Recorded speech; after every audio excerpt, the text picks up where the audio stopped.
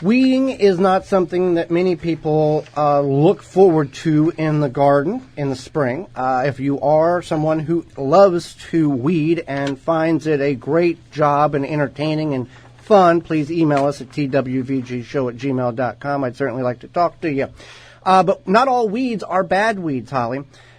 Weeds can be beneficial they can in beneficial. a variety of different ways. A good thing. Now we want to make mention here: weeds they will cover a bare soil because that's what nature has designed the environment to do, to cover bare soil. Yeah, if you go for a hike in the woods, you'll see that the soil is A, not bare, and B, there's weeds growing and other plants. Or leaf coverage. But there's definitely weeds growing too. Weeds can host a number of bad bugs, and we demonstrate this in imagery at our garden talks. With a thistle. And on that thistle, there are just a large amount of aphids that were hosting from that thistle a few summers ago. And if we'd pulled that thistle, then the aphids would have gone somewhere else, maybe to our tomato plants, who knows. So you can leave some weeds in the garden. That's not a bad thing in which to do. For whatever reason, again, they stayed on the weed and not the plants in which we're growing. Some weeds are edible, but here's a disclaimer: we are not responsible for your choosing or decision making on whether or not you recognize a plant or misidentification. Make sure you identify it correctly at your own risk. Yes, but there are edible plants upon proper identification in which you can consume. Purslane. Purslane. Some people plant purslane on purpose. Yes. Typically, it comes up a lot of places here in the upper Midwest. I'm not so much the South. I'm not so sure about the South, but it's high in omega-3 fatty acids. I think it has it's like a weird fatty weed. I think it tastes great. Our niece and nephew likes it. Yeah. But they will pretty much eat many things. They like the vegetables. If they see us eating it, they don't question it, and they'll go ahead and try it. Clover, lamb's quarters, plantain, chickweed. So lamb's quarters is another one that's edible.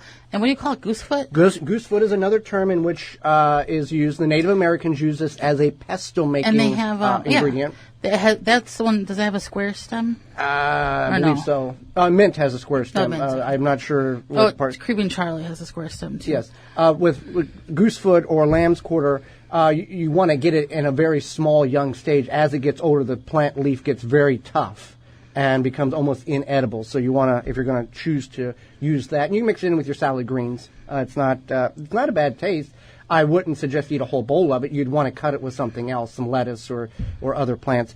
And then there's plantain, not the fruits. This is the weed plantain. Chickweed, mallow, wild amaranth. People use that wild amaranth as a grain. Mm-hmm. Also, dandelions. Dandelions. Dandelions. There's over 300 varieties of dandelions in the United States, I believe it is, and none of them. There's no copycat plants that is similar to a dandelion. All parts of the plant are edible, from the flower to the leaf to the root. They have benefits, health property benefits in using all aspects of it. There's many different platforms online in which will go over the different benefits in which they can produce for your body, from blood cleansing and other benefits there. Clover is technically a weed. Yes, but you can consume it. And the benefit to having weeds in the garden is a couple of things. One, like a dandelion root can go up to 18, 20 inches deep. Sometimes I think there's some that can go up to 8 feet, I believe, something like that. But anyway, what it's doing is it's bringing in the nutrients from way deep down and bringing it up into the leaves. And then as the leaves, if you pull it up and put it in the compost pile, those leaves break down and release that nutrient. Secondly, if you just leave the dandelion in the garden, as it rots, it will create a cavity in which that root once was there, and actually water can penetrate down and hydrate the soil on a more even consistency, kind of like drilling holes in the ground. Some farmers will utilize that aspect, or even turnips, because it creates aeration. Japanese radishes they'll do that, and they'll create that hole and those daikon radishes? Daikon radishes, and that will rot in the ground and they'll bring nutrients up, but then it will rot and release some of it in the higher levels of the soil level there as well. So that is another thing. But yeah, weeds can be very aggressive in the garden, and again, if you don't take care of it, they can overtake very, very quickly and outcompete your vegetables in which you're trying to grow. What so else? You want to be mindful of that. But certain weeds, they can repel pests, which we talked about. They can attract pests, but they can also repel pests. And weeds like mugwort, M-U-G-W-O-R-T, they can some weeds like that can also help absorb heavy metals from the ground, and they can stop erosion here. So that's good, and help keep the soil web healthy by covering and absorbing this nutrients. Because yes, and then some weeds people don't realize they're weeds, so they don't realize, like Queen Anne's lace. A lot of people like that. They think it's a flower. They think it's a wildflower. Well, when you pull it up, it has a carrot-like flavor, doesn't it? Isn't that what that is? That's I think that's wild parsnip. Okay, but Queen Anne's lace looks like wild parsnip. Yeah, but it's goldenrod and then wild mustard, amaranth, dandelions. They'll attract beneficial insects. And eliminate the hard ones, or the harmful ones, I mean. So that's one thing to keep in mind, is that, especially Queen Anne's lace, which is interesting because Queen Anne's lace is not a native weed. It's technically an invasive weed that was brought here from, I believe, the UK. But a lot of people think it's native because of how prolific it grows. But it's technically a weed. Most people think it's just a wild native flower.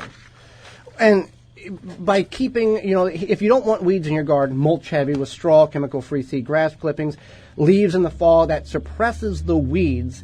Creeping Charlie is another plant in which people will grow, and I believe, is it not a consumable? Yeah, it is a consumable. Yeah, because it's related to the mint family.